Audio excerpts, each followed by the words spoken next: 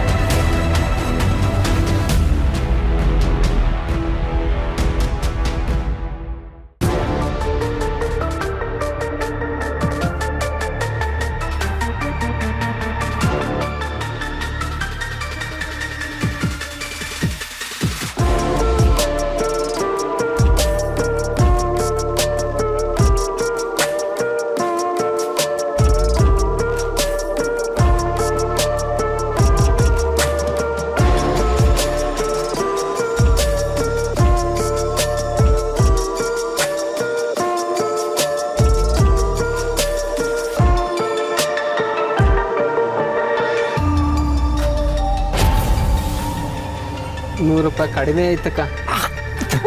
ಅಲ್ಲೇ ನೀನು ಬಡ್ಡಿ ಇಸ್ಕೊಂಡು ಹೋಗುವಾಗ ನಾನು ₹100 ಕಡಿಮೆ ಕೊಟ್ಟಿದ್ನ. ಏನಂದ್ರೆ ಕಮ್ಮಿ ಇಸ್ಕೋಬೇಕಾ? ನೀನು ಪರವಾಗಿಲ್ಲ ಕಡೆಯ ಆಟನೇ ಆಡ್ತೀಯ. ಅಲ್ಲ ನೀನು ದೇವ್ರಿಗೆ ಹೂವು ತಗೋಬೇಕಾದ್ರೆ ₹1 ಕಡಿಮೆ ಆದರೆ ಅಯ್ಯೋ ನಂಗೆ ದೇವ್ರಿಗೆ ಲಾಭ ಕೊಟ್ಬಿಡ್ತಾನೆ ಅಂತ ನೀನು ಕರೆಕ್ಟಾಗಿ ದುಡ್ಡು ಕೊಟ್ಟು ದೇವ್ರಿಗೆ ಹೂವು ಹಾಕಿಲ್ವಾ?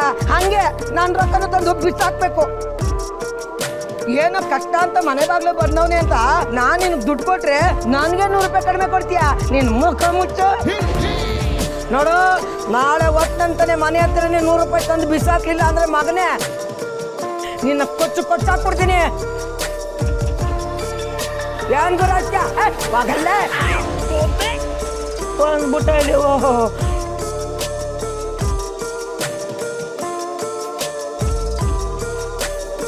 ನೀಲಮ್ಮ, ಶುಕ್ರವಾರ ಕಾಸು ಬೀಸಿಲ್ಲ. ನೀಲಮ್ಮ, ಅಯ್ಯೋ ಒಂದ್ಸರಿ ಹೇಳಿದ್ರೆ ಕೇಳಕ್ಕಿಲ್ವ ನಿಮ್ಗೆ?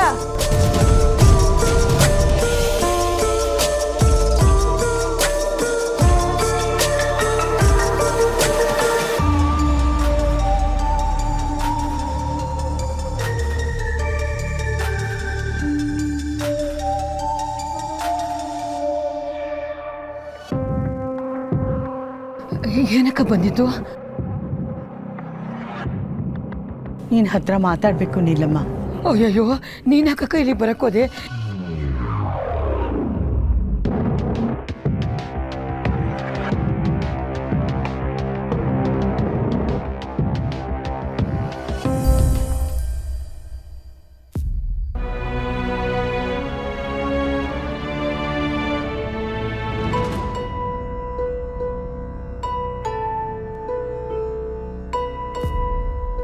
ಮಗು, ನಿನ್ನ ಮನಸ್ಸಿನಲ್ಲಿ ಯಾವುದಾದ್ರೂ ವಿಷಯದಲ್ಲಿ ಏನಾದರೂ ಗೊಂದಲ ಇದೆಯಾ?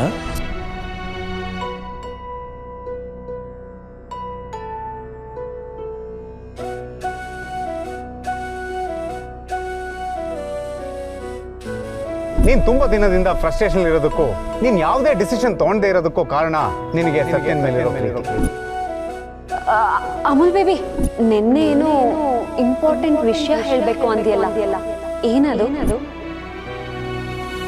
ಒಬ್ಬ ತಂದೆಯಾಗಿ ನನಗೊಂದು ಕನಸಿದೆ. ನನ್ನ ಮಗನ ಮದುವೆ ನೋಡಬೇಕು ಅಂತ ಕೊನೆ ಆಸೆ.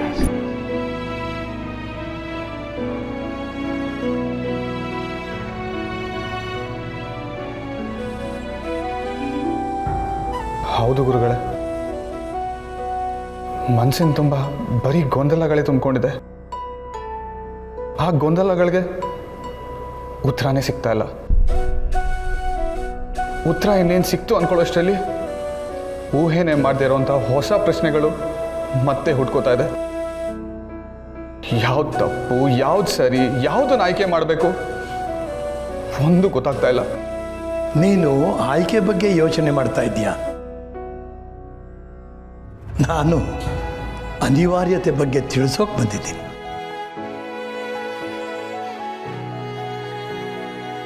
ಅನಿವಾರ್ಯತೆನಾ? ಜೀವನ ಅನ್ನೋದು ನಾವು ಸಾಯೋವರೆಗೂ ಬದುಕಿರೋದು ಅಷ್ಟೇ ಅಲ್ಲ ಮಗು.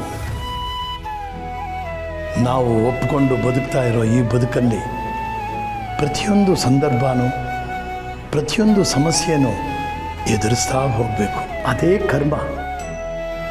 ಆದರೆ ನಮ್ಮಿಂದಾಗೋ ಕರ್ಮಗಳು ಧರ್ಮದ ದಾರಿಯಲ್ಲಿರಬೇಕು ಅಷ್ಟೇ.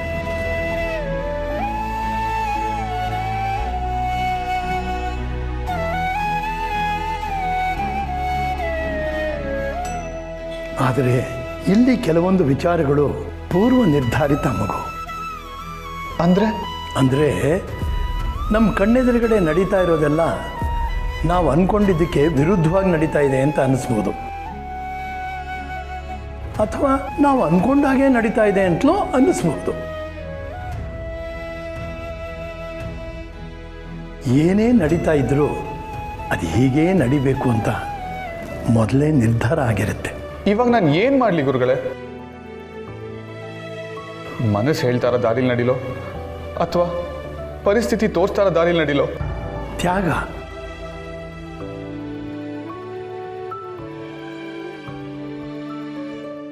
ತ್ಯಾಗ ಅನ್ನೋ ದಾರಿನಲ್ಲಿ ಹೆಜ್ಜೆ ಇಡಬೇಕು.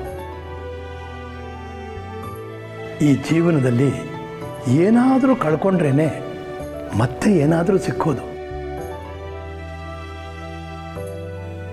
ಮನಸ್ಸಿನ ಆಸೆಗಳನ್ನ ಕಳ್ಕೊಂಡ್ರೆ ಮನಸ್ಸಿಗೆ ನೆಮ್ಮದಿ ಸಿಕ್ಕಬಹುದು.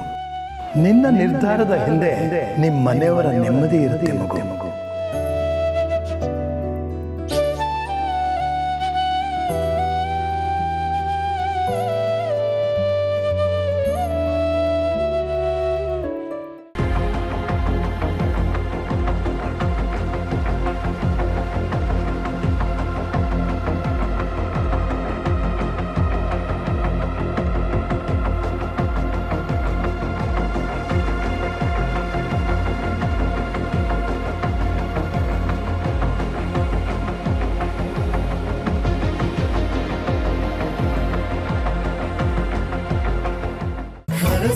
ಆರತಿ